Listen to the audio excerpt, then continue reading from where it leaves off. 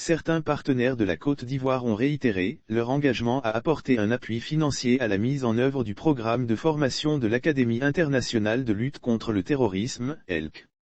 Des partenaires disposés à apporter un appui à l'ELC, c'était le mardi 12 juillet 2022 à Paris, lors de la conférence des soutiens et des donateurs de cette académie.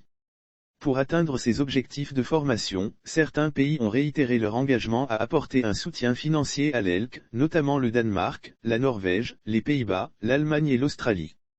À cela s'ajoutent des organisations internationales telles que l'Union européenne et la Communauté des États de l'Afrique de l'Ouest, Communauté économique des États indépendants de l'Afrique de l'Ouest, ont annoncé leur future contribution à l'Académie pour non seulement aider à consolider les formations, mais aussi permettre d'accroître ses capacités d'accueil, de soutien et d'entraînement. Il faut noter cette conférence des soutiens de l'ELC a lieu à Paris, elle a enregistré la participation de 60 pays, 16 ministres en charge de la défense et des affaires étrangères et plus de 200 invités, dont le ministre d'État, ministre de la Défense, Téné Birahima Ouattara a pris part.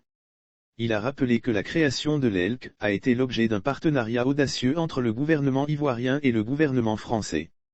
Grâce à cette détermination commune, ce projet est devenu rapidement un centre de formation et d'entraînement reconnu dans toute l'Afrique et bien au-delà du continent, a déclaré le ministre d'État de la Défense Téné Birahima Ouattara. Pour Birahima Ouattara s'est félicité de la mobilisation de ses partenaires après les avancées notables enregistrées au cours de la phase 1 de ce projet qui entre dans sa seconde phase. Cela traduit l'intérêt de tous pour la lutte contre le terrorisme, a-t-il indiqué le ministre d'État de la Défense ivoirien, tout en saluant l'excellence des relations entre la Côte d'Ivoire et la France qui a favorisé la mise en œuvre de ce projet ambitieux né, en 2017, de l'ambition par des deux présidents Emmanuel Macron et Alassane Ouattara. La situation dans la région du Sahel montre que nous devons agir vite et ensemble afin d'éviter que toute l'Afrique de l'Ouest, où nous déplorons des attaques terroristes de plus en plus violentes, ne s'embrase. Le ministre a expliqué que le projet de l'ELC se poursuit pour garantir son fonctionnement sur le long terme face aux menaces qui persistent. La situation dans la région du Sahel montre que nous devons agir vite et ensemble afin d'éviter que toute l'Afrique de l'Ouest, où nous déplorons des attaques terroristes de plus en plus violentes, ne s'embrase, a-t-il interpellé le ministre d'État de la Défense Birahima Ouattara. Lire aussi lutte contre le terrorisme, l'appel du ministre Téné Birahima au PDCI, PPACI, RHDP et autres. Il a rappelé que la première tranche des travaux, d'un coût global de 21 millions d'euros a été exécutée à 100% et livrée le 8 février 2022, la loi portant ratification de l'ordonnance du 8 septembre relative à la création de l'ELC a été promulguée, le 11 mars 2022, un directeur général de l'Académie, le général de brigade Joseph Alakwame, a été nommé ainsi que son adjoint, un magistrat français et plusieurs autres cadres. La secrétaire d'État auprès de la ministre de l'Europe et des Affaires étrangères, Chrysoula Zacharopoulou. La secrétaire d'État auprès de la ministre de l'Europe et des Affaires étrangères, Chrysoula Zacharopoulou, représentant la ministre de l'Europe et des Affaires étrangères, Catherine Colonna, a relevé l'intérêt de la bonne compréhension des pays participants, dans l'optique d'un renforcement mutuel face au terrorisme.